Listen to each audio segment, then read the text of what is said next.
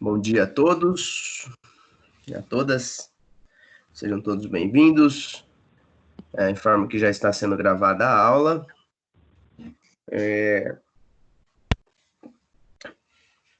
Essas aulas aqui funcionam da seguinte forma: a gente faz a aula ao vivo. Se vocês tiverem alguma dúvida ou algum esclarecimento, algum comentário, vocês ativem o microfone, podem falar no momento que vocês quiserem. Se vocês tiverem com algum tipo de problema aí com o microfone, também estou aqui online no grupo do WhatsApp do Direito Ambiental, onde vocês também podem mandar a pergunta por aqui, que eu também releio a pergunta e faço a resposta. Essa aula está sendo gravada e após o término da gravação, a gente disponibiliza pelo link do YouTube dentro do AVA de vocês para acessar posteriormente quando vocês quiserem. Beleza? Todo mundo entregou o trabalho, pessoal? Sim. Sim. Sim, sim.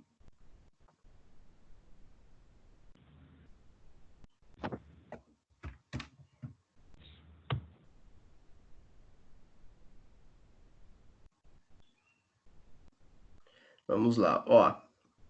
Prova de vocês.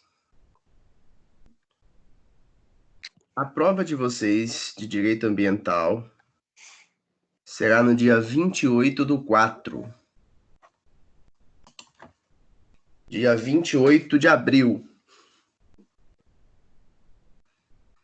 A prova será pelo AVA.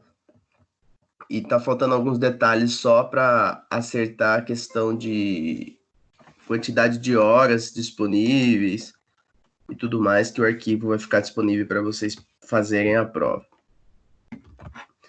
A prova vai ser disponibilizada no AVA. Então, vocês terão lá um link para vocês entrarem na prova. Vão responder as perguntas e só. A prova está feita. Tá saindo alguns métodos, alguns meios aqui para a gente tentar confirmar a veracidade que são vocês mesmos que estão fazendo as provas.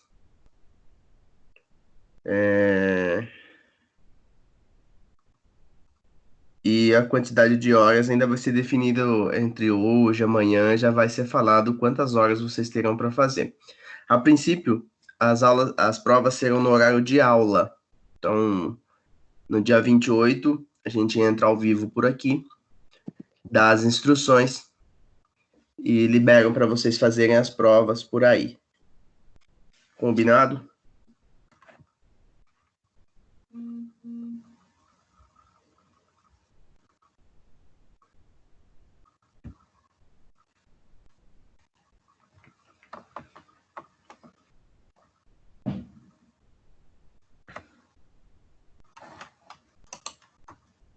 Combinado, pessoal?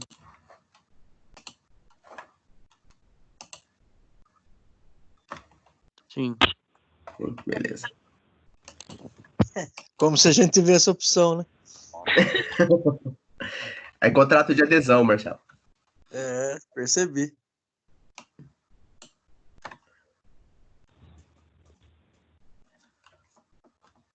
Eu ainda não fiz a prova, porque o sistema é um pouquinho chatinho aqui para a gente fazer a prova, tá? E a gente recebeu a definição de como seria ontem. Então, não consegui preparar um resumo aí, uma revisão com vocês exatamente do que vai cair na prova. Então, eu vou fazer o seguinte: como semana que vem é feriado, eu vou tentar disponibilizar um arquivo de revisão para vocês, dos pontos mais importantes e tal, e vou jogar no AVA para vocês, tá? E daí, na hora que a gente entrar para fazer a prova dia 28, a gente passa rapidamente pelos principais pontos e libera a prova para vocês. A prova vai cair, já posso até adiantar para vocês, a prova vai cair até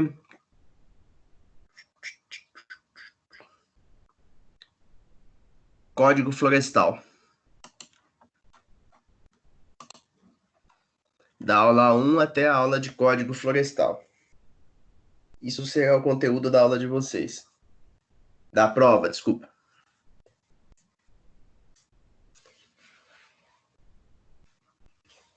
E vamos abrir aqui já no começo. Quais as notícias importantes que a gente está tendo essa semana?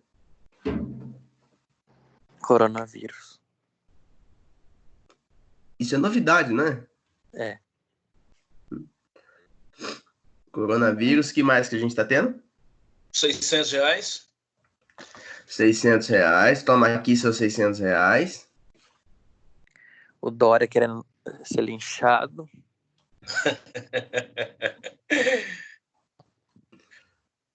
Ditador. Que mais que a gente tem? Na internet.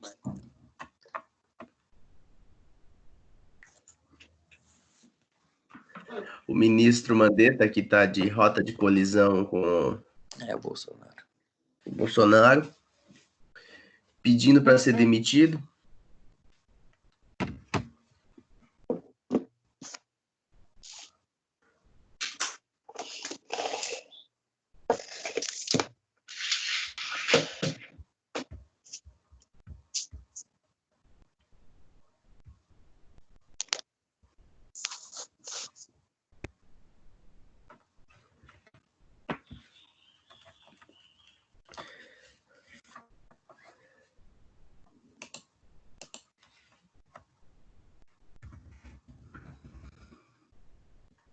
Vamos lá. Estou compartilhando aqui com vocês a aula de hoje. Tá demorando um pouquinho para carregar aqui. Espera aí.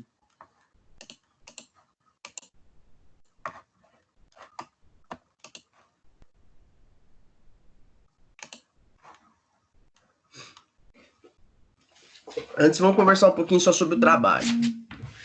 Vocês... O que vocês sentiram do trabalho? Dificuldade para fazer? Para Trabalho fazer, não. chato. Aqui em Leme mesmo só tem uma área ambiental. Só tem uma área?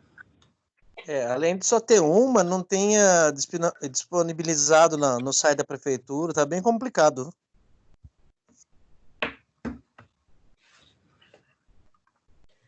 E o pessoal aí de Pirassununga, como que foi?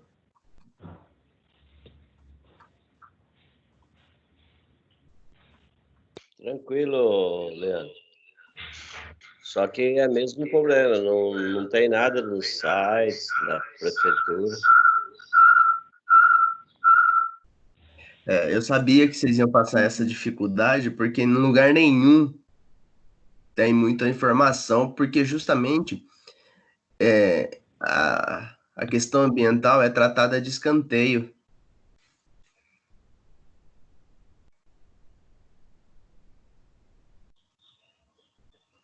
Não dá voto, né? Só quem vota na Marina Silva, aí dá voto. Aí dá voto. E outra coisa que acontece na maioria dos municípios é que muitas vezes, nem sempre, né, mas muitas vezes as escolhas de quem vai comandar aí as áreas de meio ambiente são escolhas apenas para preencher buraco ou para suprir algum acordo político, e geralmente colocam pessoas que não têm conhecimento e nem expertise sobre a matéria. E aí acaba ficando no meio ambiente. Na parte do meio ambiente é bem vago. Eu conheço pessoal lá, só que eles não têm assim uma documentação própria. Eles têm alguma coisa, mas assim, na realidade, eu até citei no trabalho que as áreas foram acontecendo, elas não foram estudadas, entendeu? Por isso que não tem assim datas de quando foi homologado, nada. Vai acontecendo conforme o tempo vai mudando. Exatamente. Isso é uma tônica de todos os lugares, viu, Antônio? Essa questão do meio ambiente não é que não tem nem vontade política, não tem nem organização, não tem nada.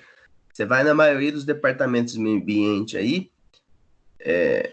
acaba não tendo documentação de nada, não sabem de nada, as informações chegam todas picadas, acabam sendo apenas um órgão homologador quando precisa de alguma situação específica de meio ambiente, para aprovar loteamento, alguma coisa, aí serve o departamento para aprovar aleatoriamente, sem sequer fazer um estudo, nada disso antes. Então, infelizmente, isso é o que acontece na maioria dos lugares, não são em todos. Tem diversas cidades, inclusive muito próximas aqui da gente, que tem pessoas muito técnicas que foram alocadas nesse departamento de meio ambiente e conseguem dar um mínimo, pelo menos, para essa questão. Mas a grande maioria, infelizmente, olha, sobrou uma vaga e eu preciso de um voto da Câmara, bota o cara do partido lá tal, e às vezes o sujeito não sabe nada, não tem conhecimento nenhum, e sequer vontade também de, pelo menos, organizar as áreas, separar a documentação, organizar nesse sentido. Infelizmente, é assim que ocorre na maioria dos municípios. E vocês sentiram aí no trabalho, inclusive, a dificuldade de encontrar áreas. Encontrar áreas a gente até acha com facilidade. O que não encontra é documentação mostrando que aquela área é ou não é. Então fica muito no boca a boca, né? Leandro, existe programas para melhoria daqueles próprios locais, já que foram definidos. E consegue muitas verbas, só que ninguém vai atrás, você entendeu? Acaba ficando uma correria, Antônio, porque é o seguinte, o governo do estado, em especial, ele tem alguns programas aqui de selos, que é o selo verde e azul, que às vezes os municípios querem o selo apenas para fazer propaganda e tal, e vão fazendo as etapas lá para conseguir a pontuação sem nem sequer saber o que está sendo feito. E é uma forma muito aleatória, muito jogada, só para ter o selo e falar que é uma cidade do meio ambiente. Mas tem muito ainda que crescer nessa área e é um mar aberto, né? Quem nadar primeiro acaba nadando sem concorrentes do lado.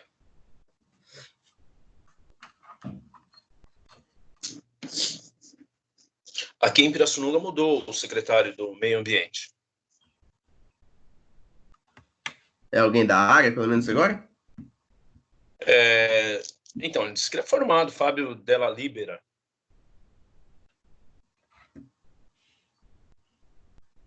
Não conheço. Boa sorte para ele. O antigo Fabinho Som aqui em Pirassununga. Principalmente a Pirassununga, que tem uma importância muito grande no meio ambiente, porque o Mogi Guaçu passa ali, né?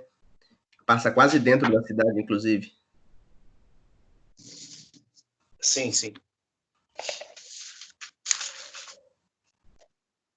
Vamos lá. Compartilhando aqui com vocês a aula, então, aula 7.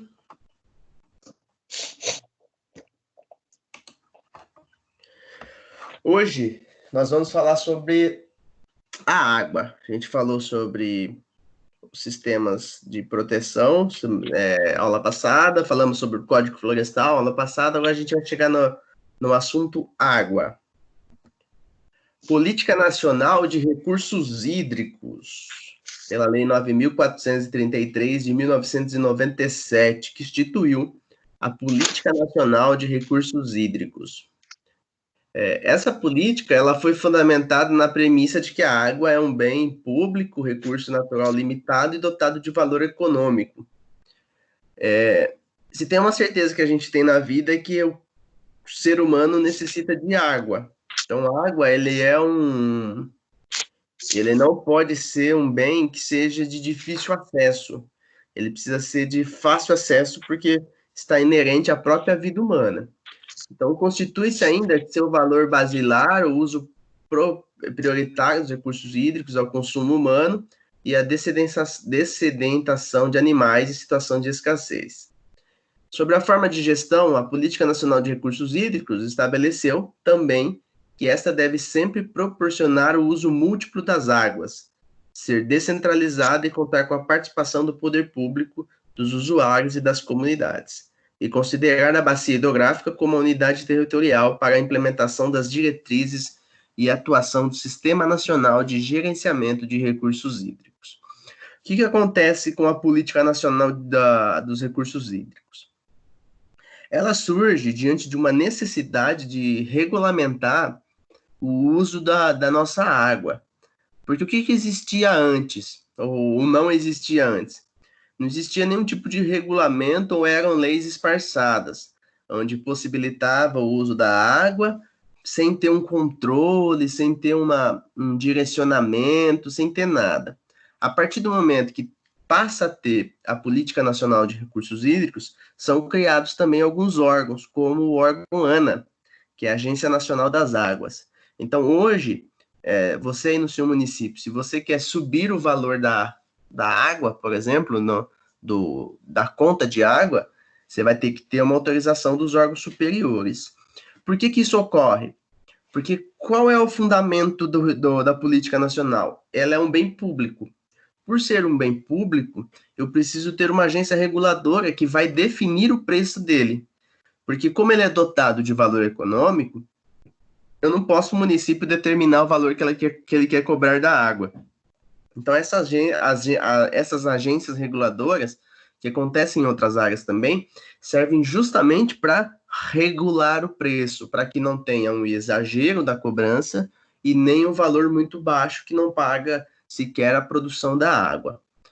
A água, ela é produzida e o que se paga da água é o tratamento que ela recebe para ficar apta ao consumo humano, além dos tratamentos de esgoto, do uso dessa água, ou pós-uso dessa água, e também esse caminho da água que ele percorre da estação de tratamento até a casa das pessoas. Então, essa agência nacional, ela vai regular principalmente a questão do preço, a questão de como lidar com as políticas, os investimentos relacionados diretamente com a água. No nossa região aqui, a gente vem sofrendo periodicamente com crises hídricas, por conta de termos quase que, em sua totalidade, municípios que são abastecidos ou por uma única fonte, que seria o Rio Mogi Guaçu, ou por represas que são estocadas fontes de água para abastecimento humano. Então, toda a criação da política nacional dos recursos hídricos teve como fundamento o uso da água para fins humanos, e posteriormente para fins animais, e posteriormente para fins empresariais. Então, toda a construção da política foi nesse sentido. Hoje, esse ano, principalmente, esses últimos anos aqui, a gente está tendo um equilíbrio entre o uso da água e a forma como ela é garantida às pessoas. Mas há 5, 6 anos atrás, a gente teve uma das grandes crises hídricas, onde diversos municípios aqui da região tiveram que fazer situações de emergência por conta da falta desse bem tão precioso para a vida humana. Isso por conta de investimentos anteriores que também não foram feitos. Porque como o nosso sistema aqui, a grande maioria, depende única e exclusivamente do regime de chuvas, o nosso sistema hídrico ele é muito precário. Então, numa eventualidade da ausência da chuva no ano, automaticamente a população já vai sofrer drasticamente por conta dessa ausência de chuva. E tudo que a gente depende da natureza, a gente fica na mão da sorte, porque não é certeza que todo ano vai ter o mesmo ciclo de chuva. E cada vez mais é difícil compreender isso na situação ambiental que a gente vive no mundo.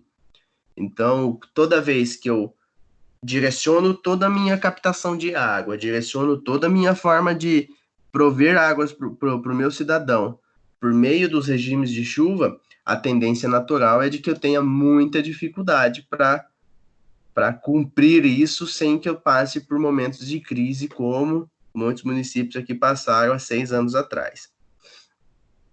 Então, a política nacional, quando ela foi criada, ela colocou no poder público essa participação preponderante na criação de situações para o abastecimento de água, mas também colocou nos usuários, nas comunidades, essa participação também importante, tal como acontece em outras políticas nacionais, onde a sociedade também faz parte dessa política. Ela não é uma política que vem de cima, ela é uma política que vem de baixo, onde todos os entes precisam participar e precisam ter voz ativa e participação ativa na criação dessas políticas. Então, para melhor separar tudo isso, foram criadas as bacias. Então, toda a organização não é feita por municípios nem por estados, são feitos por bacias. O que são as bacias? São regiões onde passa-se o rio maior aí. No nosso caso, a nossa bacia hidrográfica é o Mogi, então nós chamamos inclusive CBH Mogi, e nessa área do CBH Mogi, hoje a gente conta, se não me engano, com 37 cidades.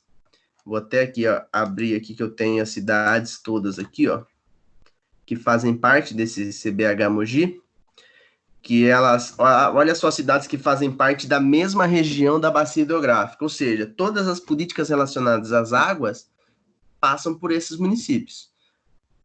Cidades de Aguaí, Águas da Prata, Águas de Lindóia, Américo Brasiliense, Araras, Barrinha, Conchal, Descalvado, Dumont, Engenheiro Coelho, Espírito Santo do Pinhal, Estivagerbe, Guariba, Guatapará, Itapira, Jabuticabal, Leme, Lindóia, Luiz Antônio, Mogi Guaçu, Mojimirim, Mutuca, Pirassununga, Pitangueiras, Pontal, Porto Ferreira, Pradópolis, Rincão, Santa Cruz da Conceição, Santa Cruz das Palmeiras, Santa Lúcia, Santa Rita do Passa Quatro, Santo Antônio do Jardim, São João da Boa Vista, Serra Negra, Sertãozinho, Socorro e Taquaral. Hoje o CBH Mogi, ele parte desde lá, Jaboticabal, Pontal, que fica quase no final do estado, até aqui, quase no começo do estado, aqui na cidade de Socorro. Então, para você ter noção da quantidade e da importância que tem esse CBH, essa bacia hidrográfica que é o do Mogi. É uma das maiores que a gente tem aqui no estado de São Paulo. Ela possui quase 15 mil quilômetros quadrados só de área de drenagem, atinge uma população de mais de 1,5 milhão de pessoas, e os principais rios são o Rio Mogi Guaçu, o Rio do Peixe e o Rio Jaguará-Mirim, todos esses fazendo parte da mesma bacia hidrográfica. Então, toda vez que eu vou ter a apresentação de políticas públicas, eu penso de maneira regional em decorrência dessas cidades e desse CBH e dessa bacia hidrográfica. Então, tudo que acontece, eu já penso desde a cidade lá de Pontal, Jabuticabal, até a cidade de Socorro aqui, e todo mundo que está envolvida nessa bacia hidrográfica.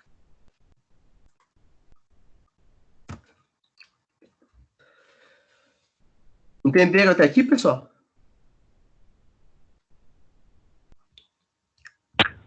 Sim.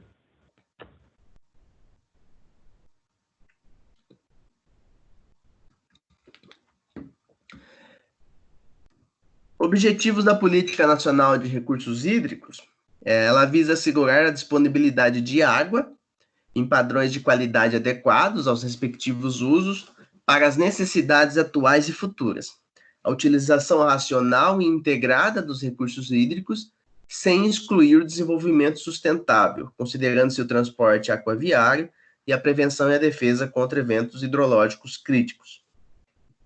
A Política Nacional, por meio da lei, estabeleceu, outros sim, suas diretrizes de ação, prevendo a articulação da União com os estados para o gerenciamento dos recursos hídricos que envolvem interesse comum.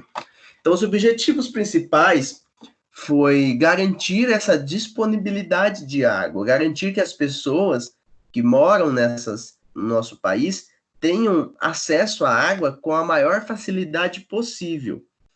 Hoje, apesar de ter um valor econômico, a água tratada que chega até a nossa casa, ou seja, a gente precisa pagar por isso, mas a água é um bem natural onde todos têm acesso a ela, ou deveriam ter acesso a ela.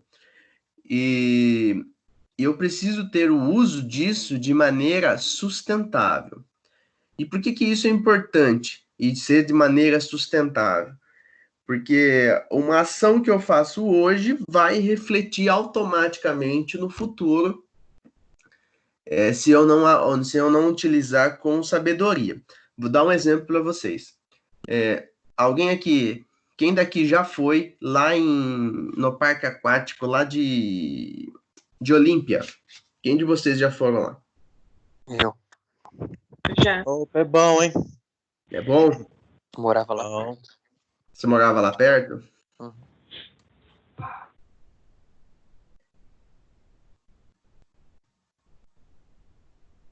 O parque aquático de Olímpia, ele recebe a água de... Primeiro, vocês sabem por que lá a água é quente? Sabe por que lá se transformou no que se transformou de água quente? O Maluf mandou escavar, né, para ver se achava petróleo, não é isso? Exatamente. O Maluf, na época, quando era governador do estado de São Paulo, existia a corrida do petróleo. Então, ele percorreu o estado de São Paulo fazendo perfurações diante de alguns estudos geológicos, não tinha muito avanço nos estudos também, para ver se encontrava petróleo. Resultado, ao escavar naquela região, descobriu água, e muita água quente, porque a água lá, ela vem de uma outra bacia, que não é, na verdade, uma bacia de rios, mas ela é um aquífero, o chamado aquífero Guarani, que é o maior aquífero do mundo. Ele percorre o aquífero Guarani, boa parte do Brasil e também boa parte dos países da América do Sul. É uma grande, entre aspas, um grande rio subterrâneo, esse aquífero Guarani, que percorre todos esses estados e esses países, e tudo por baixo da terra. Então, o que aconteceu ali? Existem, inclusive, denúncias, inclusive o Ministério Público, existem processos em andamento contra o pessoal do parque aquático lá, pelo uso indiscriminado da água do aquífero Guarani. O aquífero, ele tem uma abundância de água embaixo da terra. E qual que é a problemática dele? Você pode usar a água do aquífero? Pode usar a água do aquífero desde que tenha a autorização também da Agência Nacional de Regulação dessas águas. Por que isso acontece? Porque se você utilizar muito a água do aquífero Guarani, como ela fica embaixo do solo, automaticamente o solo que está em cima do aquífero vai cair, vai descer. Isso já tem experiências que aconteceram, que é um outro aquífero que tem lá na cidade do México, onde a utilização da água que vem exclusivamente desse aquífero está fazendo a cidade do México ser rebaixada na questão do solo. O solo ele vai descendo, porque ele não tem sustentação embaixo, porque quem dava sustentação era o aquífero lá existente. Então, quando você usa indiscriminadamente o aquífero, automaticamente o solo que está em cima, ele vai cair, ele vai descer. E isso é uma preocupação que tem ali naquela região, porque dizem que a água que é utilizada dentro do parque veio exclusivamente do aquífero Guarani, em volumes muito altos, sem autorização. Além disso, o aquífero é o grande sustentação de todos os nossos sistemas de água existentes. Em defesa, o parque alega que a água utilizada veio em decorrência de um poço aberto, onde existia autorização para o poço e utilizou toda a água que tinha no poço, e o poço ele não acaba, porque o poço, quando ele foi perfurado, ele atingiu o aquífero Guarani. Então, por conta disso e por conta da propriedade ser deles, e o poço ter sido autorizado, eles podem usar aquela água que está no poço. Então, é uma briga gigantesca, porque, inclusive, ali naquela região, se tornou um grande polo turístico, um grande polo de desenvolvimento da área turística, e praticamente os municípios ali em volta dependem desses parques aquáticos aqui para ter oferta de emprego, de desenvolvimento que está acontecendo ali, principalmente de obras. Não sei se vocês fazem tempo que vocês foram lá. Eu fui, acho que ano passado, acho que eu fui a última vez. A quantidade de prédios ali em volta já é gigantesca, justamente por conta desse desenvolvimento turístico e as pessoas que estão indo cada vez mais lá para esse local. Mas a investigação ainda continua e o Ministério Público já entrou com ação contra os proprietários da área e do parque, em decorrência de tirar água de forma irregular desse aquífero Guarani, que é o segundo maior reservatório subterrâneo de água doce do mundo. Então, esse aquífero ele é preservado ao máximo para servir, de fato, de base para que nossa humanidade não sofra ainda mais se caso acontecer um colapso nos rios que a gente tem de água doce no mundo.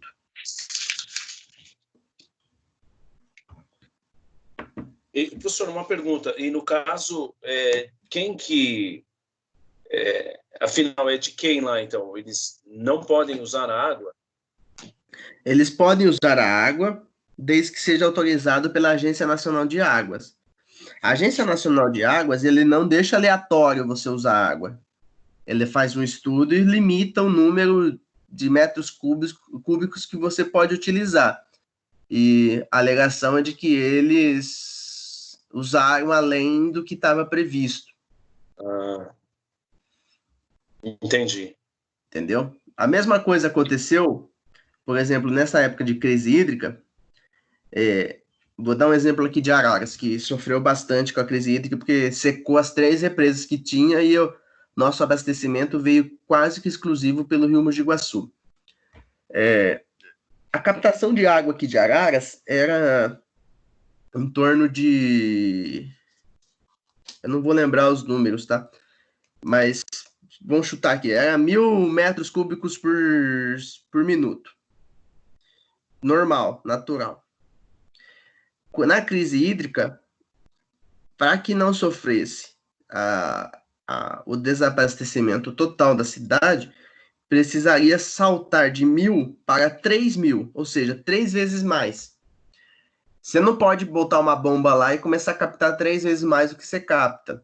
Você precisa de regulamentação e precisa de autorização das agências reguladoras para que você faça isso.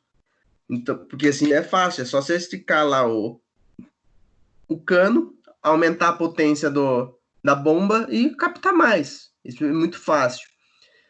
Mas você precisa de regulamentação e precisa dessa agência reguladora autorizar esse tipo de situação, porque se eu capto 3 vezes mais aqui em Araras, automaticamente os municípios que vêm depois não vão ter o mesmo volume de água. Então eu preciso ter esse equilíbrio. Por isso que servem as bacias.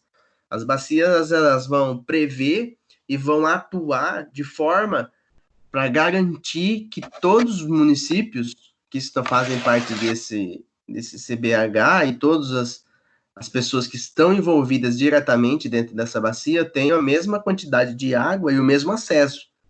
Por isso que eles fazem essa regulação. E aí precisou de autorização e passa por aqui, mostra estudos e tudo mais que não gerariam um impacto maior.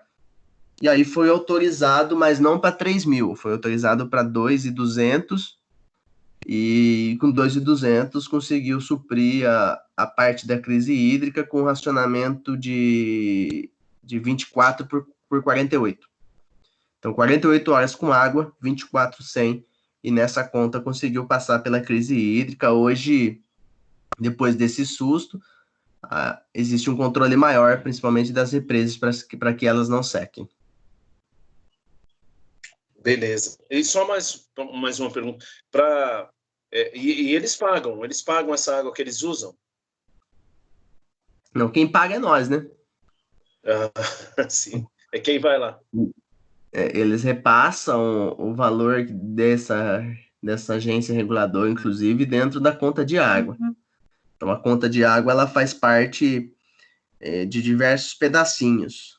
Um pedaço Sim, vai não, por... esse de Araras. Eu tô dizendo daquele clube lá, professor. Ah, só não, pra- eles não pagaram. Ah, não. Não tinha autorização e também não pagaram nada. Ah, tá. E de Araras, quem paga é a população, já está incluso ali. Já está incluso isso. Lá no parque Correto. você também paga pela água, né? Lá o preço do ingresso, lá que você paga para entrar dentro do parque, você também está pagando ali por toda a água que tá envolvida ali, tá? Sim.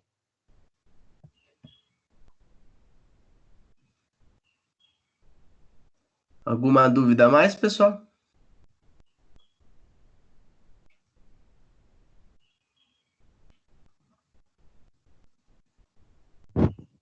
Essa água do aquífero, ela não é reposta? Ela é reposta pelo próprio ciclo de chuva, né? A água, quando é penetrada no solo, ela acaba descendo, descendo, descendo, chega até no aquífero.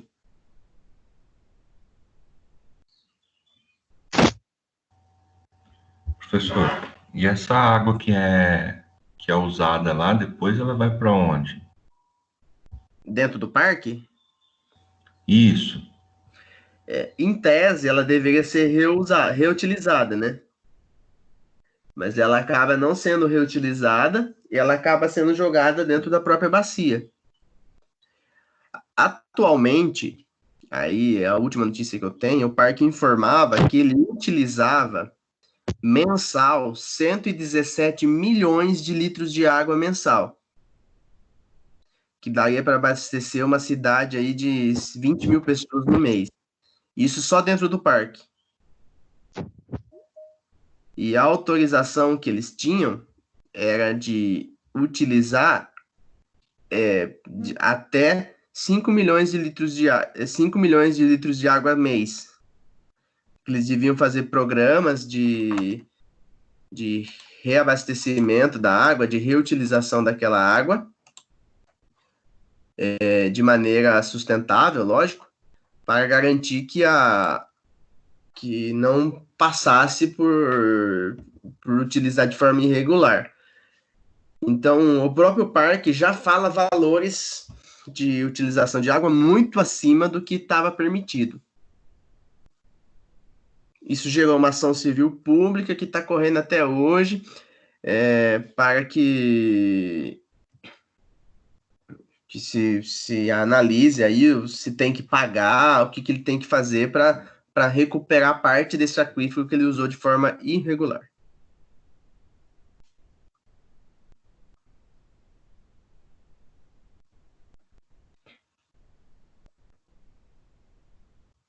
Porque a ideia é o seguinte, ó, se ele tivesse esse consumo normal de 117 milhões de litros de água mês, ele teria uma conta de água de aproximadamente 619 mil reais por mês.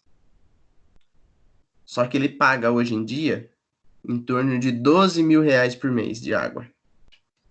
Perceba que a diferença é muito grande, mensal. E são muitos anos já utilizando a água dessa forma. Então, a discussão é muito mais do que dinheiro, mas também como ele está utilizando esse aquífero e se a atuação dele no aquífero não está gerando um prejuízo irreparável. Então, os estudos que estão avançando agora para verificar o que pode ser feito para minimizar essa poluição que ele fez, essa degradação que ele fez de maneira irregular.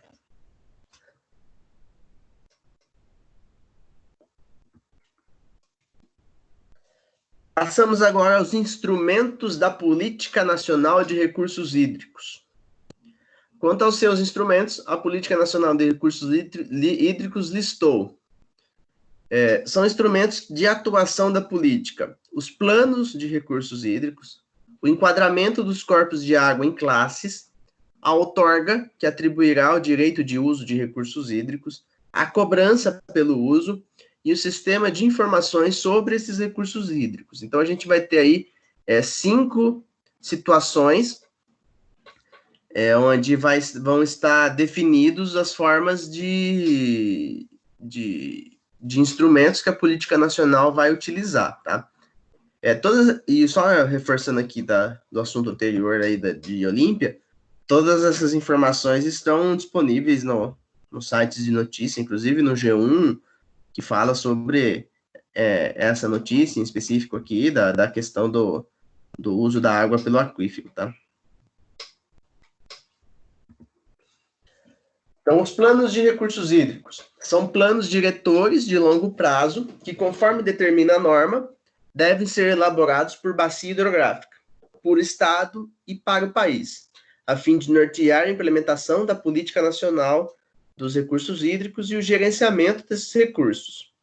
Seu conteúdo envolve análise da situação do recurso hídrico, ou seja, um diagnóstico do uso, com balanço entre disponibilidade e demandas futuras, envolvendo também a verificação de crescimento populacional e atividades econômicas. Então, quando eu vou fazer um plano, quando eu vou exercer esse plano, eu preciso ter o controle desde o crescimento populacional, o desenvolvimento econômico, o desenvolvimento da cidade, para que lado a cidade vai, como ela vai utilizar esses recursos, para que eu não tenha um colapso na minha bacia de um aumento desproporcional, um aumento descontrolado da minha população, a ponto de que a bacia hidrográfica não consiga suprir o abastecimento humano.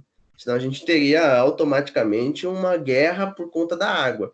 Que, inclusive, os mais pessimistas, inclusive cientistas muito renomados, alegam que dentro de 100 anos teremos guerra por causa de água.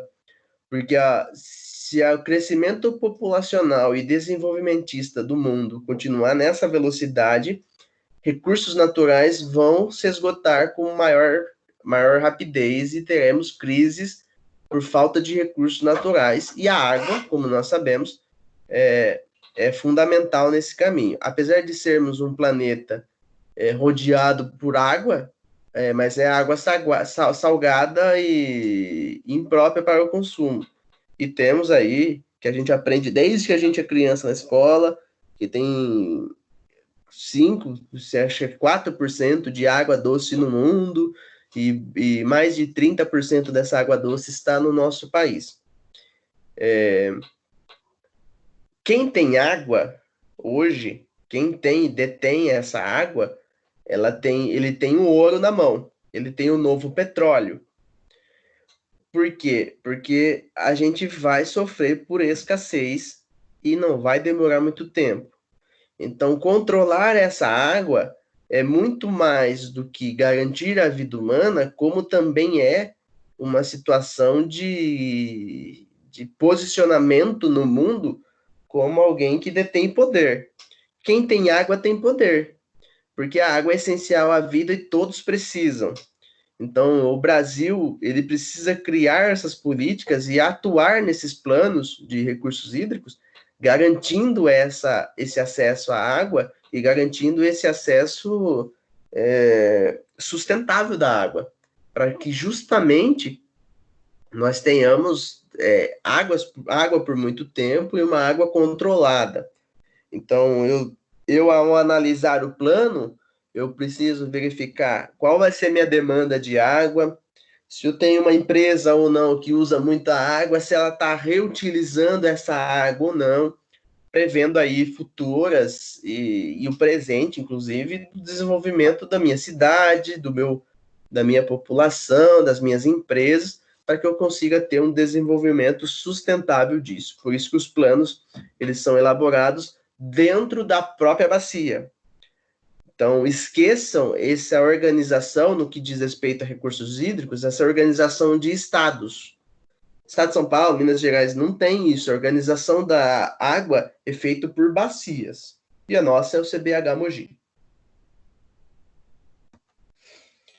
Os planos devem prever ainda metas de racionalização e melhoria do recurso hídrico, bem como ações e programas a serem desenvolvidos para o atendimento das metas previstas.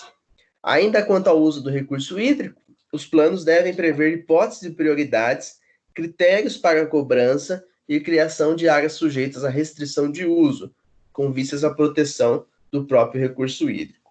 Está dentro desse plano, inclusive, a transversalidade da matéria água dentro das escolas. Então, hoje é trabalhado a água muito mais do que a Semana da Água, onde as crianças cantam aquela música lá que toda vez que tem essa Semana da Água, canta a mesma música, do Planeta Água, lá, água, planeta, água. Todo trabalho de escola usa essa bendita dessa música. Mas é trabalhado nas escolas, em matéria transversal, em todas as matérias, essa questão da água, justamente por ser um bem precioso, um bem que o Brasil possui e que precisa estar dentro dos planos para que a gente tenha essa racionalização da água e que a gente tenha essa melhoria desse recurso hídrico.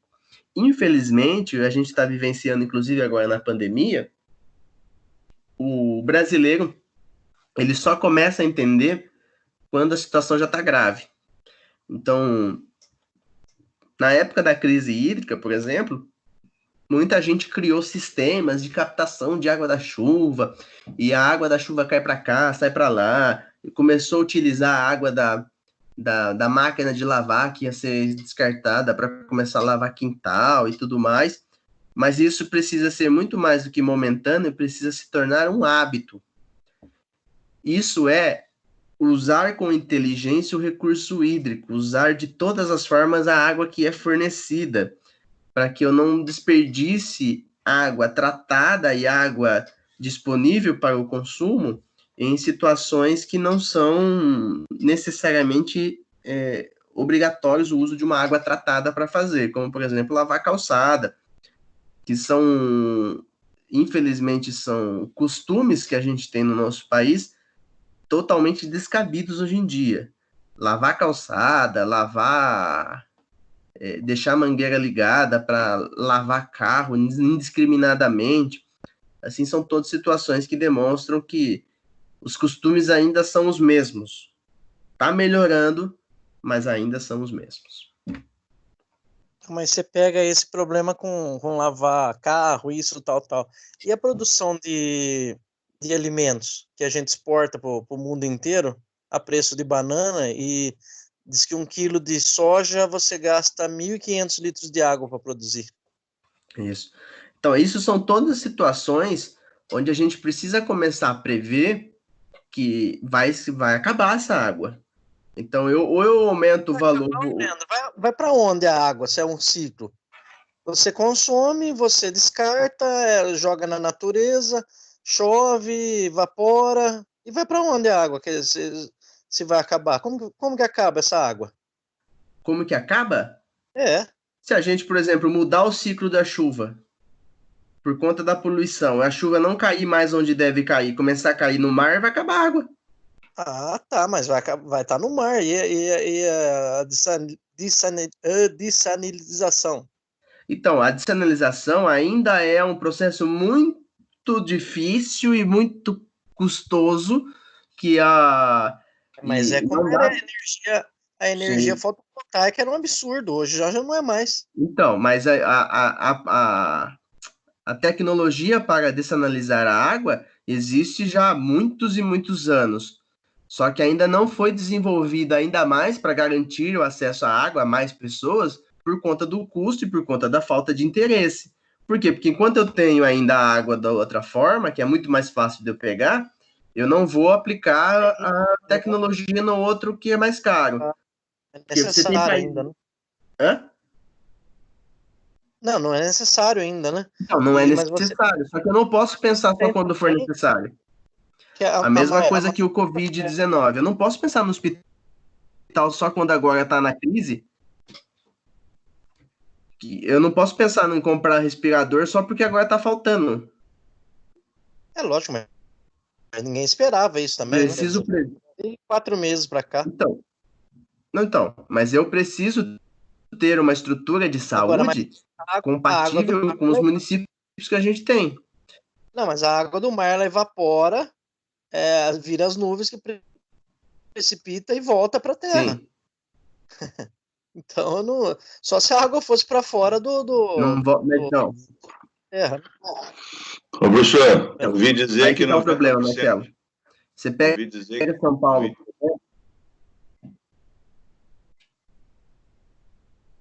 Oi, quem tá professor falando? Oi, Vargas, pode falar, Vargas. ouvi dizer que mais de 90% da água potável, água doce, do mundo está nos polos.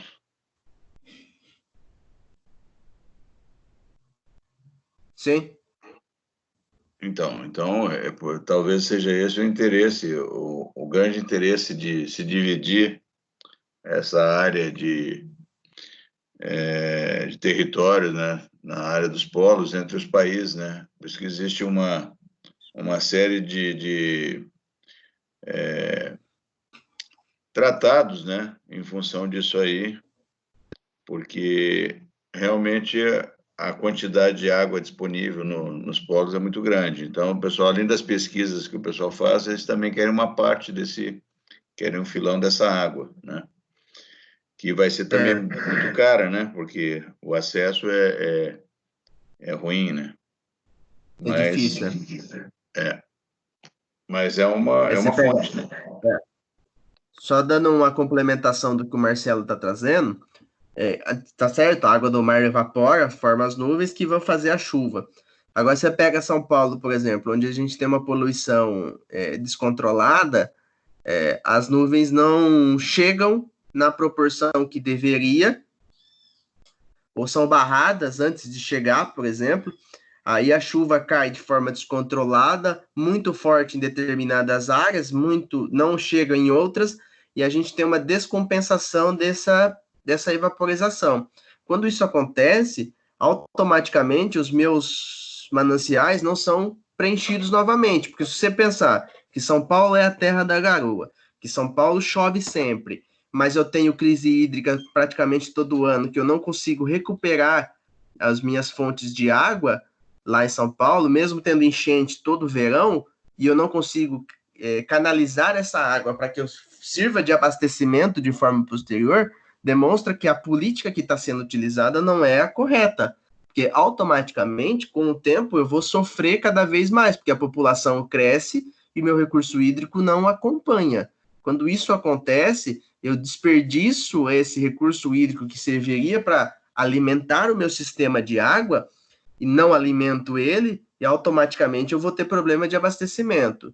Porque é inadmissível, por exemplo, uma cidade que em São Paulo, você ter um rio das proporções que tem o rio Tietê, que é muito parecido com o rio Mogi Guaçu, que praticamente abastece quase todo o estado de São Paulo no interior, com determinados casos aqui de poluição, inclusive de araras, que solta esgoto dentro do rio Mogi Guaçu e acaba atrapalhando outros municípios, entre outros municípios que fazem o mesmo, só que mesmo assim o rio ainda é um rio saudável, que consegue adentrar em todo o estado e garantir o abastecimento. Agora, São Paulo, Tietê abastece todos os municípios, chega em São Paulo já não abastece mais nada, e todas as cidades posteriores também já não dá mais para pegar a água. Ou seja, essa política que eu tenho de poluição e a forma indiscriminada como desenvolveu a cidade, problema também lá de trás, mas problema atual também, eu preciso ter uma melhoria disso, porque senão, de fato, eu vou ter uma crise hídrica cada vez mais forte, cada vez atingindo mais gente, que vai automaticamente criar uma situação na cidade de São Paulo, que é a nossa maior cidade do país, de desabastecimento por completo. Isso fará automaticamente com que as pessoas que estão em São Paulo tendem a migrar para outros locais. E se eu tiver uma migração desenfreada, eu vou gerar um colapso, não só de água, como de outras coisas, em praticamente todos os municípios que essas pessoas forem. Porque imagina um deslocamento aí de 20 milhões de pessoas em pouco tempo para diversos municípios aqui do estado de São Paulo. Se fosse supor que toda essa população fosse para dentro do estado de São Paulo, a gente teria um desequilíbrio. Porque hoje, o plano de água, por exemplo, aqui da cidade nossa, aqui Leme, Araras, Pirassununga, é para atingir a população que a gente tem. de 130, 150 mil habitantes. Então, você pega a Pirassununga aí, que deve ter 70 mil habitantes, 80 mil, então ela deve ter um plano aqui de água que deve conseguir suprir até 90, 100 mil habitantes. Leme, que tem 100 mil, deve ter um plano que deve atingir aí até 120, 130 mil. Araras, que tem 130, um plano para 150. Se eu tenho um deslocamento desenfreado dessas pessoas por conta da falta de água lá, e ultrapassar esse limite, eu já não consigo abastecer também. Então, perceba que a crise hídrica ela vai atingir outras áreas, ela vai atingir outras situações que, se eu não tiver um desenvolvimento sustentável, se eu não tiver uma racionalização, se eu não tiver planejado, eu vou ter um descontrole. Professor, só um adendo aí. Com relação à cidade, a cidade hoje de Pirassununga tem em torno de 85 mil habitantes, sendo que 5 mil eles estão na área lá da Academia da Força Aérea, e hoje o abastecimento lá, o tratamento e a captação é feito diretamente no Mogi. E além disso, só para complementar lá o que o senhor estava falando com relação à mudança do clima, né? De 1990 para agora, né, já se vão 30 anos, né, praticamente, houve uma mudança no ciclo climático que afetou diretamente a agricultura. Se eu conversar com alguns agricultores, muitos vão dizer que há 30 anos atrás eles começavam a plantar em setembro, no início de setembro, com o início das chuvas. E essas chuvas já se alteraram, né?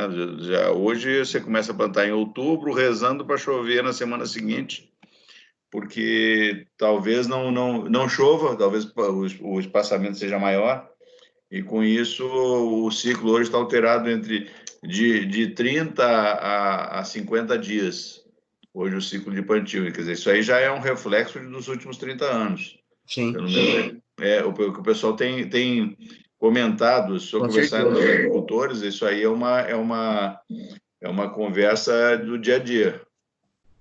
Isso com a questão da água e outros assuntos, inclusive da produção de alimentos.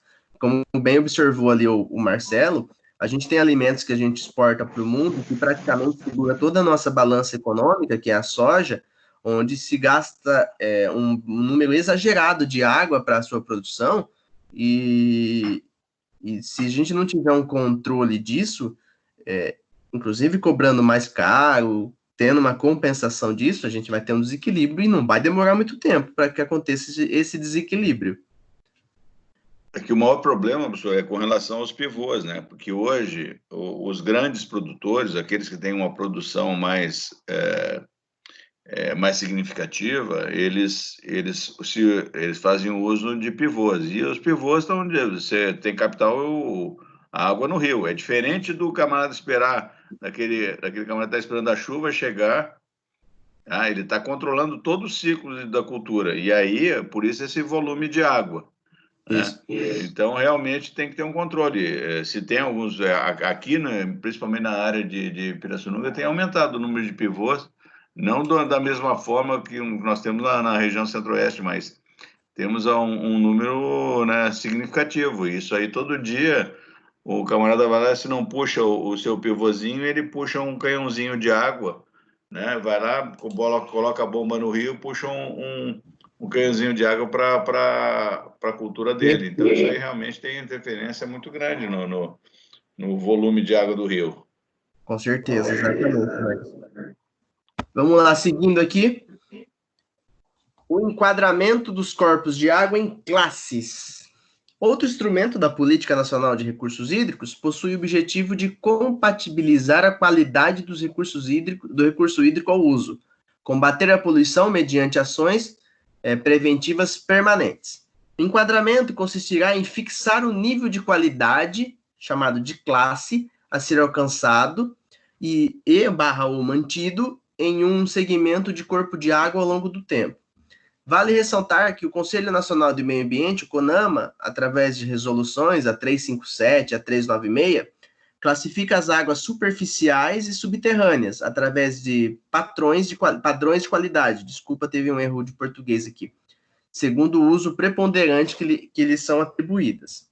Então, o enquadramento, eu vou ter uma classificação desses corpos de água, determinando quais são a quantidade, quais são a qualidade desse recurso, se ele é apto ou não é apto para o consumo, se ele é possível ou não possível sua captação, se ele tem possibilidade de não esgotamento, se ela tem possibilidade de combater a poluição daquele determinado corpo d'água, para garantir que a política inclua ou não inclua esse corpo d'água dentro dos recursos hídricos possíveis para os fins que se destina à política nacional, que é prioritariamente o consumo humano, depois o consumo de animal e depois, por último, o consumo de serviços e empresas.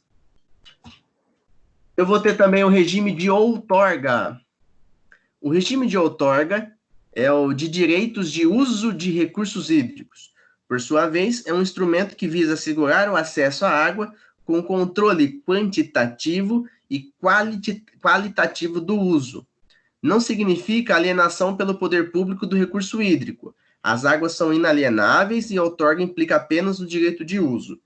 Ou seja, o poder público não pode vender aquele espaço onde está sendo utilizada a água, porque ele é invendável, inalienável, ele não pode ser vendido. O que se dá é o direito do uso daquela água. Então, os sistemas de água que a gente tem nos municípios... Sim, Vargas. Só uma dúvida com relação à outorga. Lá em Olímpia, no caso que o senhor citou, eles têm uma outorga também para fazer o uso dessa água lá. E eles estão extrapolando essa outorga? É o quantitativo que eles pegam. Eles aumentaram muito o quantitativo sem ter a outorga necessária. Sim, mas e aí quais são os meios que tem para limitar isso? Bom, eu não sei se é o caso de multar, se tem algum tipo de dispositivo. Existem ações que o Ministério Público, que é o órgão fiscalizador, já entrou contra os proprietários lá do parque, dos terrenos. Está correndo o processo, inclusive. Ah, sim. Obrigado. Por conta desse não cumprimento dessa outorga. Então, o que a outorga vai fazer? Ela vai dar o direito do uso da água. Então, todos os serviços de água que a gente tem hoje nos municípios, em Leme, que é a Saicil, em Araras é o Saema, em Pirassununga, como que chama o serviço de água? SAEP. SAEP.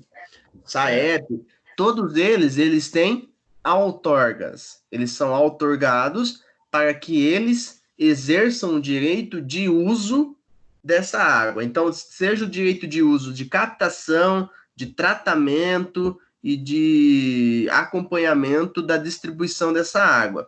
Ou seja, não pode ser feito de forma aleatória. Ele não pode ir lá captar mais do que ele precisa e nem captar menos. Ele tem um limite ali, quantitativo e qualitativo dos usos, que ele vai seguindo conforme a necessidade e o direcionamento da sua situação do município, de quem que ele vai atingir. Então, esse regime de outorga, ele serve para que o poder público, que é o detentor do direito, porque é um direito público, o direito da água, possa distribuir a seus outorgados a possibilidade do direito desse uso.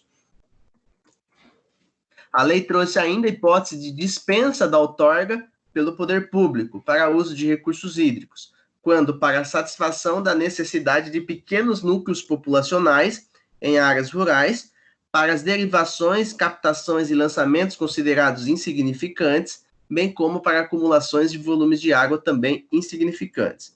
É importante destacar que o poder público, ao outorgar o direito de uso de determinado recurso hídrico, deverá respeitar o uso estabelecido no respectivo plano de recurso hídrico, bem como a classe em que o corpo de água estiver enquadrado, sempre respeitando seu uso múltiplo.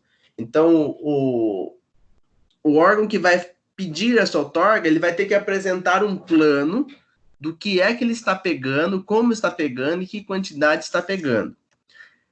E a lei mesmo trouxe possibilidades de não precisar de outorga. Vamos supor o seguinte, eu tenho um pequeno bairro numa zona rural, onde eu não consigo levar o sistema de água do meu município diante da distância, do custo, eu não levo para lá. Então, a própria lei possibilita que eu faça uma perfuração de um cano, perfuração de um poço, desculpa, onde eu vou fazer a captação da água naquele local, que vai, de acordo com o que eu vou conseguir de água, vai abastecer toda a minha região ali. Então, se são pequenos núcleos populacionais em áreas rurais, áreas urbanas não conta, ou que sejam captações insignificantes, a ponto de não interferir na minha condição do rio, por exemplo. Eu tenho lá, vamos supor, eu tenho uma chácara na beira do rio Mogi Guaçu, e eu tenho uma pequena horta. E aí eu faço um sistema de captação de água do rio muito pequeno, ali, que vai só abastecer minha horta ali, que tenho 10 pés de alface, 10 pés de rúcula, um pouco de tomate, enfim, eu tenho ali minha plantação. Essa captação, ela é insignificante perante o rio. Então, eu não preciso de outorga para isso.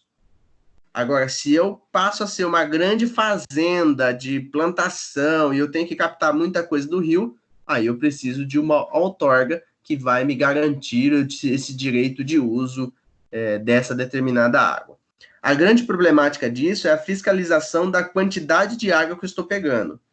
Porque se eu tenho uma possibilidade de esticar um cano no rio e captar 1.000 litros por minuto, se eu aumentar a potência da bomba, eu capto mais, eu capto 2. E aí, quem que faz essa fiscalização para ver se eu estou pegando 1 ou estou pegando 2? Aí a gente tem os órgãos reguladores, os departamentos de meio ambiente, que tem como obrigação fazer esse tipo de fiscalização para ver se está sendo utilizado de forma correta esses recursos hídricos. Tranquilo aqui sobre a outorga?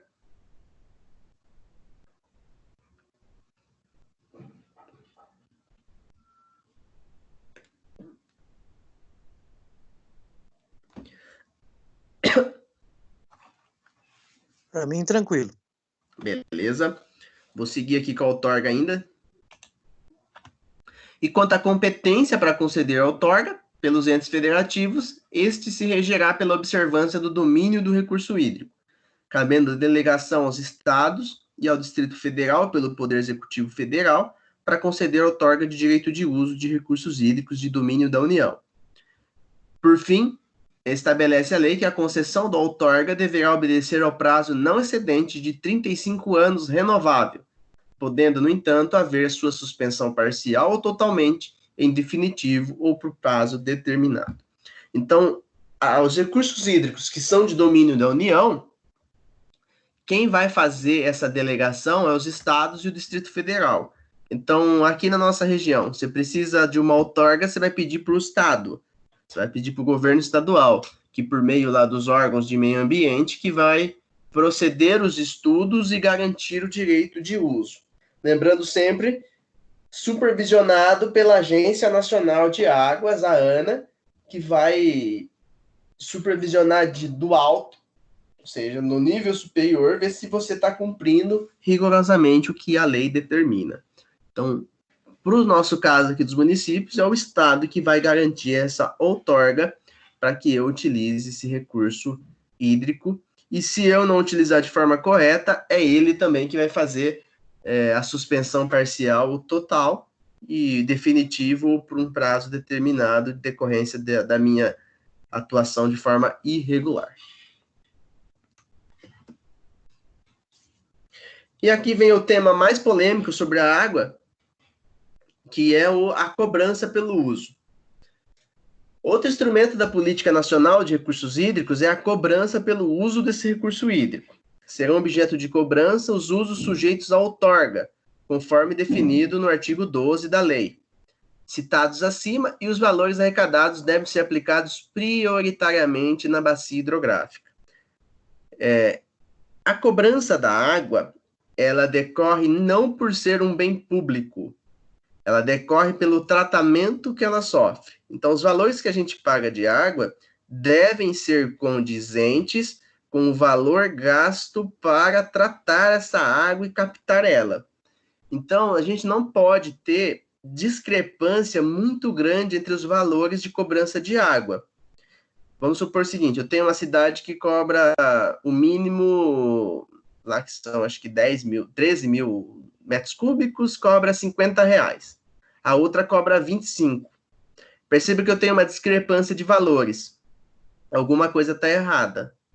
Porque se eu tenho o mesmo custo aproximado de produtos nas mais diversas cidades, eu preciso ter uma igualdade na cobrança de água. Não é o que acontece na prática, porque a justificativa na maioria dos municípios é o custo operacional da captação dessa água.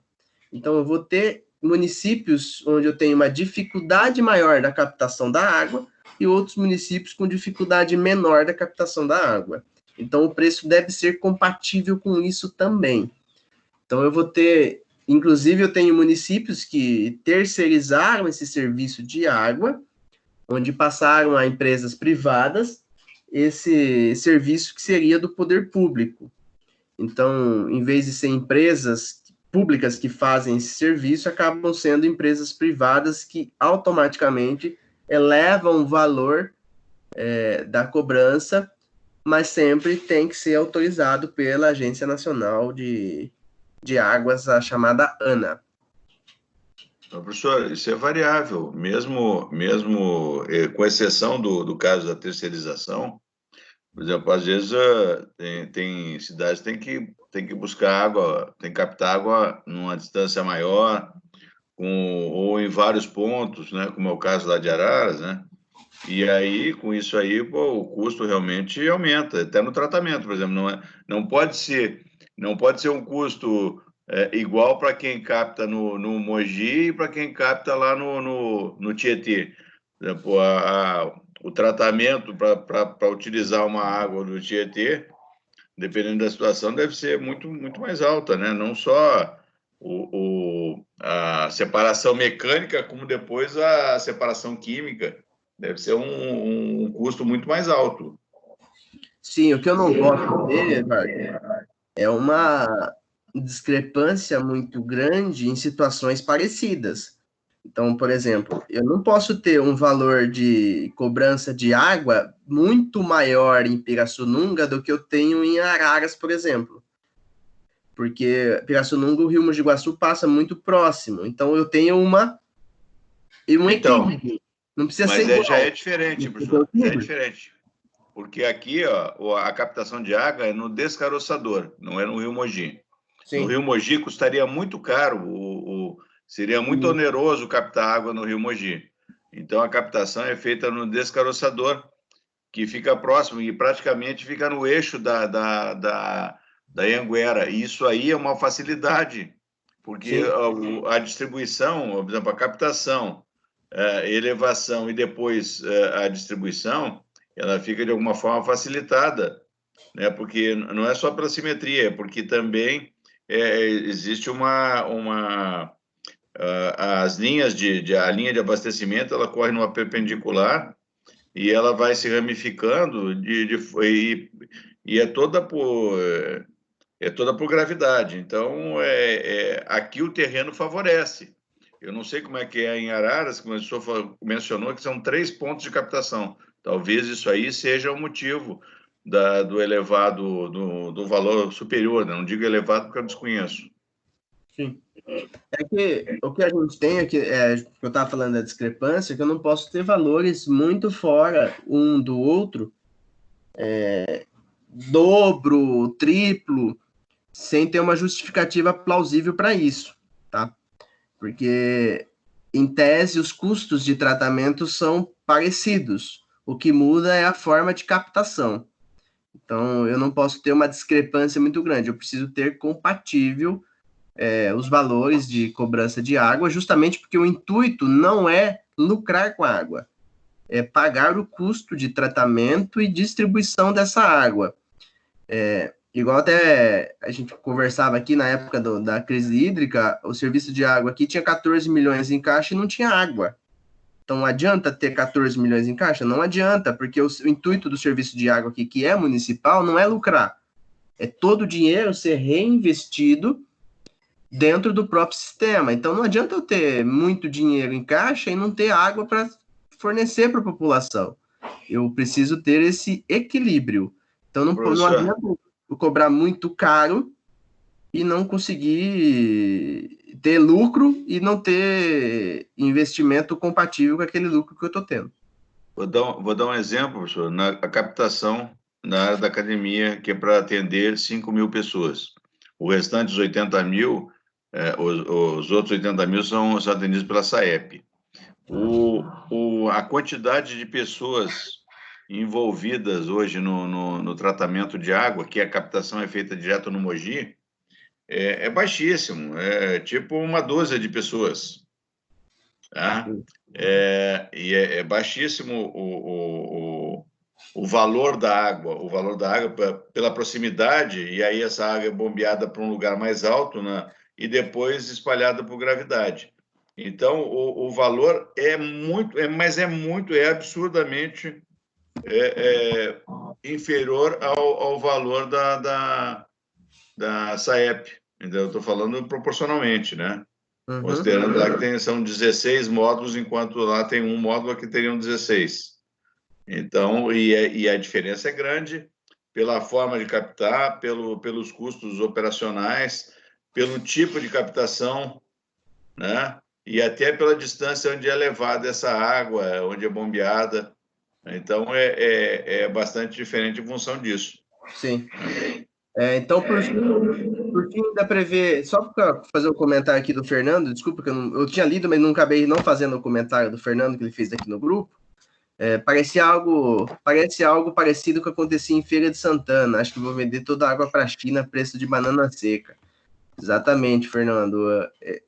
Os olhares internacionais sempre estiveram voltados para o Brasil como um fornecimento de matéria-prima de diversos itens, e agora também de recursos naturais, seja pela floresta amazônica, seja pelo próprio recurso hídrico que nós temos. E, por fim, a lei prevê ainda o sistema de informação sobre recursos hídricos, para gerenciamento das informações sobre os recursos hídricos e fatores intervenientes em sua gestão, pautado em uma coordenação unificada e na descentralização da obtenção e produção de dados e informações, garantindo o acesso a toda a sociedade. Então, a própria Política Nacional também garante uma lei de acesso, um sistema de monitoramento e de acesso à informação, onde você, cidadão comum, consegue acessar as informações. Inclusive, convido para vocês olharem o site do Estado de São Paulo, no que diz respeito à bacia do Rio Mogi Guaçu, que lá tem diversas informações interessantes sobre a nossa bacia hidrográfica. E a lei ainda instituiu a Política Nacional de Recursos Hídricos. Trata-se de mais um importante dispositivo legal referente ao estudo do direito ambiental, que possui como um dos objetivos assegurar à atual e às futuras gerações a necessária disponibilidade de água em padrões de qualidade adequados aos respectivos usos. Então, foi por isso que foi criado a lei. A Política Nacional já está desde 97, então a gente está completando pouco mais de 23 anos de lei. Tivemos muitos avanços com o recurso hídrico e muita coisa ainda para avançar, mas já saímos da estaca zero e muitos municípios já se organizaram. Tem muitos municípios que possuem sistemas de controle desse recurso hídrico muito, muito apurados, e o próprio Estado de São Paulo também atua, em específico, o Estado de São Paulo, bastante organizado no que diz respeito aos recursos hídricos, inclusive com eleições periódicas de presidentes dos CBHs, que são os prefeitos dessas 37 cidades, eles que atuam nessas reuniões sobre o direcionamento da água e tudo mais, demonstrando que o Estado de São Paulo avançou bastante nesses planos nacionais, e no que diz respeito principalmente ao recurso hídrico. Alguma dúvida, pessoal, sobre Política Nacional de Recursos Hídricos?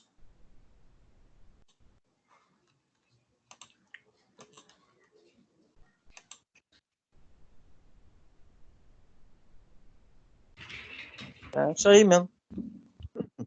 É isso aí mesmo? Isso aí mesmo. Alguma dúvida? É, Vargas. Se quiser bater papo sobre água, eu já tive oportunidade de gerenciar aí esse sistema de captação de água do Mogi, né? E por isso que eu comentei, né, do custo. Inclusive, hoje a própria SAEP aqui é a galinha dos ovos de ouro, né? Tem mais recursos que a prefeitura inteira, só com É chamado Mas de toda primo ação, aqui também, quem lembra, a Saicil é toda cheia de dinheiro. É chamado primo rico dentro da administração, porque como os recursos eles vêm e os custos não são tão elevados, acaba sobrando dinheiro para investir em outras áreas. Mas lembrando que o dinheiro que vem das taxas de água precisam ser exclusivamente investidos na própria captação de água. Eu conheço um prefeito aqui da região que pegava o dinheiro do serviço de água para fazer recapeamento na cidade. Então, ele levava o serviço de água fechava um dia a rua, cavocava o chão sem ter nada, e aí ele pegava o dinheiro que seria para recapeamento ali, para tapar o buraco, e recapeava a rua inteira. Eu também conheço, professor. Esse é o mais comum. Sem falar o ar que eles vendem, né? O estoque, né? Não, o ar, vem junto no cano, né? Que passa na linha.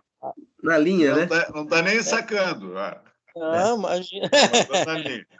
Se eu vender sem sacar, mas só eles conseguem vender, viu? Eles conseguem vender o ar. Muito bem, pessoal. Estão tranquilo por aqui. Então eu vou providenciar para vocês aí um resumo do que vai cair na prova. Beleza. Eu vou disponibilizar no AVA de vocês.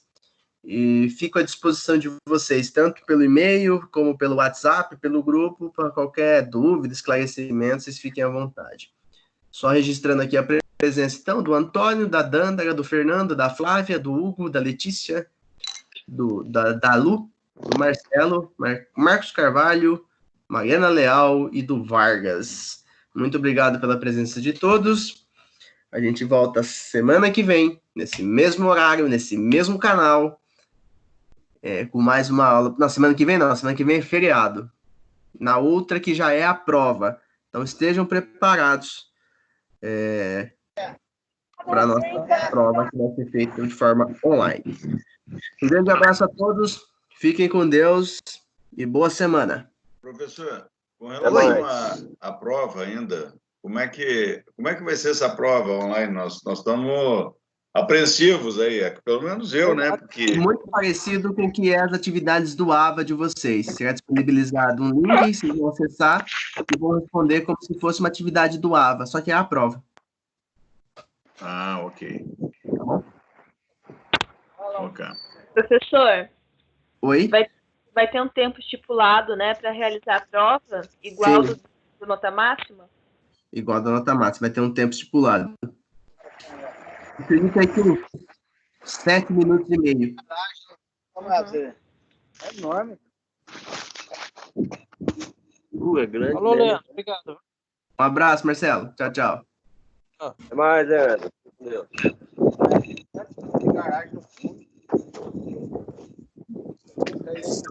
Um abraço para todos. Valeu, professor. Obrigado, hein? Um abraço para todos aí também.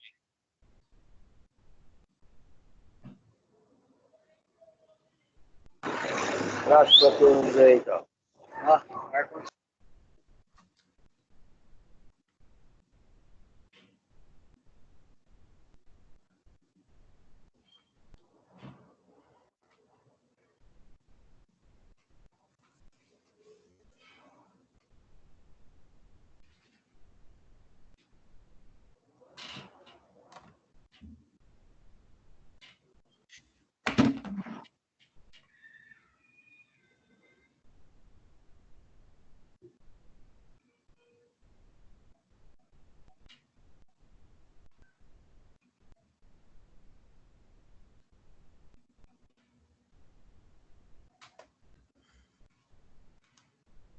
Professor, agora que acabou a aula, né? Podemos conversar. Se o senhor quiser conversar sobre algum assunto, estou à disposição. Ô, Vargas, eu vou... Ô, Vargas, eu vou precisar ir. Para não interromper muito, o pessoal reclama normalmente. Depois nós vamos conversar sobre o serviço de água aí, tá? Tá certo. Obrigado, senhor. Um abraço. Fica com Deus, viu? Um abraço. Bom final de semana.